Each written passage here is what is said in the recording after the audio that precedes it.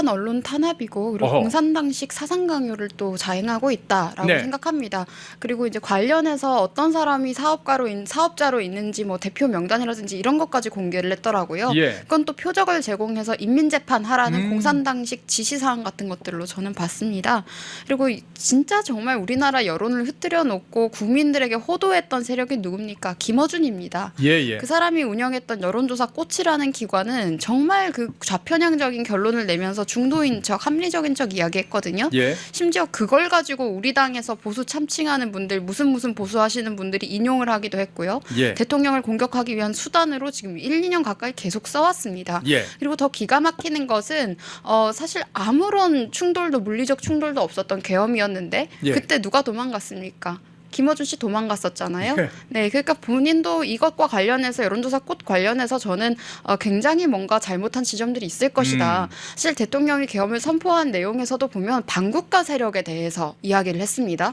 본인이 반국가 세력이 아니고 북한이나 중국에 부역한 간첩이 아닌 이상 그런 걸 두려워할 필요가 사실은 없었던 거예요. 아니 그 네. 전남대 단과대 회장인가요? 그 학생은 오히려 아니 간첩도 아닌데 우리가 왜 두려워하면서 오히려 당당하더라고요. 네, 그게 당연하죠. 네, 그냥 이게 일반적이지 않은 상황이기 때문에 놀랄 수는 있지만 예. 그걸 가지고 김어준처럼 과잉 행동하면서 도망가고 뭐 어디 도피했다? 도둑이 재발전인 네, 겁니다. 그렇습니다. 이건 예. 정말 오히려 더 파봐야 될 것 같다라는 생각까지 들었고 지금 윤석열 대통령 지지율이 40% 정도 나왔다는 여론조사 결과가 두 군데서 나왔어요. 예. 네, 아시아투데이랑 뉴데일리 조사에서도 나왔고 오늘 또 펜앤드마이크 여론조사에도 네. 좋은 결과가 나왔는데 저는 이게 아직은 만족할 만한 결과는 아니라고 생각을 합니다. 가야죠. 네, 예. 그리고 지금 여론조사에는 반영되지 않았지만 저는 대통령을 당선시켰던 과반 이상의 여론은 이미 50% 이상의 여론은 돌아왔다고 느끼고 있습니다. 네네. 네, 그리고 저는 계엄 직후부터 반국가 세력과 계엄을 할 원인들에 대해서 제 인스타그램이나 개인 SNS를 통해서 굉장히 많이 알리고 있었는데요. 네. 지금 그것에 대해서 청년층의 반응이 매우 뜨겁습니다. 오 진짜요? 네, 그거를 여러 가지 사이트나 이제 본인들이 알고 있는 지인이나 친구들에게 직접 공유하기도 하고요.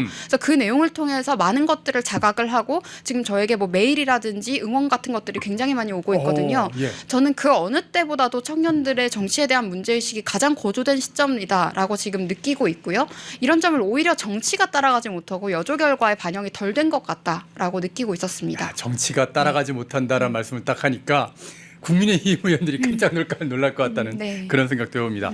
자 어쨌든 이런 상황 속에서 대통령 탄핵 찬성 집회에 민노총이 지금 나오지 않았습니까? 예. 그리고 민노총은 북한의 지령을 받고 대통령 당선 직후부터 계속해서 탄핵 관련해서 집회를 하고 이상한 행동들을 해왔는데 노동을 위한 조직이고 근로자의 권리를 위한 조직이라면 왜 갑자기 그런 행동들을 해야겠습니까? 근데 지금 간부들이 지금 북한으로부터 지령을 받고 해왔던 것들이 이미 다 밝혀졌어요. 15년형까지 받았어요. 예. 그리고 여러분들 아셔야 되는 게요. 전교조, 언론노조, 공무원 노조 전부 다 민노총 산하기관입니다. 맞습니다. 다 거기 포함되어 있었습니다. 그렇기 때문에 그들이 사회의 각 곳곳에 뿌리를 내리고 우리들에게 선동하고 세뇌해 왔던 거예요. 전교조만 세뇌 교육한 것이 아니고요. 예. 공무원 같은 경우에도 공무원들만 볼 수 있는 내부 게시판이 있는데요. 임기 초부터 그런 곳에서 이제 탄핵 선동들이 있었습니다. 예. 조직적으로 움직이는 게 있었습니다. 익명 게시판 같은 곳들에. 그렇게 이제 그들은 계속해서 움직여 왔던 것이고 지금 이 계기를 통해서 지금 온갖 세력들이 분출을 하고 있는 현상이라고 봅니다. 예. 그리고 지금 우리나라 주류 언론은 저는 레거시 미디어의 레거시는 끝났다라고 제가 언급을 한 적이 있었는데요.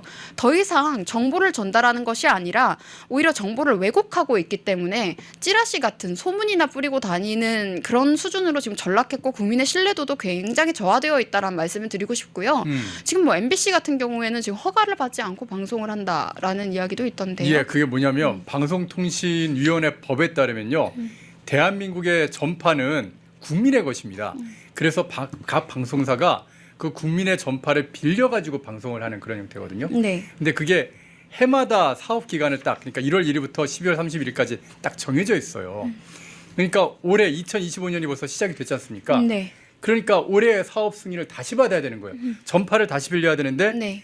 지금 방통위가 이준숙 방통위원장이 민주당이 지금 탄핵했지 탄핵을 해가지고 않습니까? 마비가 돼 있지 않습니까? 네. 이걸 결제를 못 해주는 거예요. 결제. 네.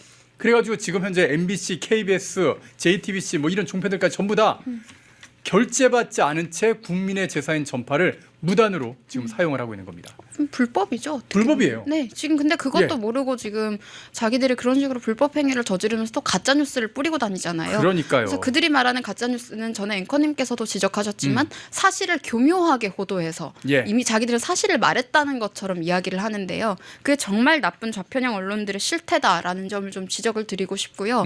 그리고 지금 저는 이장호 대전시장 이장호 예, 대전시장이 MBC 질문 안 받겠다 이야기를 했습니다. 저는 굉장히 잘했다고 생각했습니다. 예. 그리고 김용현 전 장관의 변호인들도 그때 일부 언론들을 제재하지 않았습니까? 예. 가짜 뉴스를 뿌리는 찌라시 언론은 제재되어야 되는 겁니다. 예. 네, 트럼프 대통령이 지난 1기 때 이미 그런 것들을 제재를 했었는데 그때 당시에 뭐 극우 프레임 씌우고 이렇게 했었지 않습니까? 전혀 예. 아닙니다. 언론이 오히려 표현의 자유를 탄압하고 있고 방해를 하고 있기 때문에 그런 언론사들은 당연히 배제될 수밖에 없다라는 말씀 드리고 싶고 이 점에 관해서 제가 기억하는 것들을 하나 꺼내서 말씀드리면 예전에 전용기에 MBC가 대통령 전용기에 같이 탑승하지 못했던 것들에 대해서도 그때 당시에 국민의힘 정치인들까지 포함해서 굉장히 호도를 했었는데요. 네.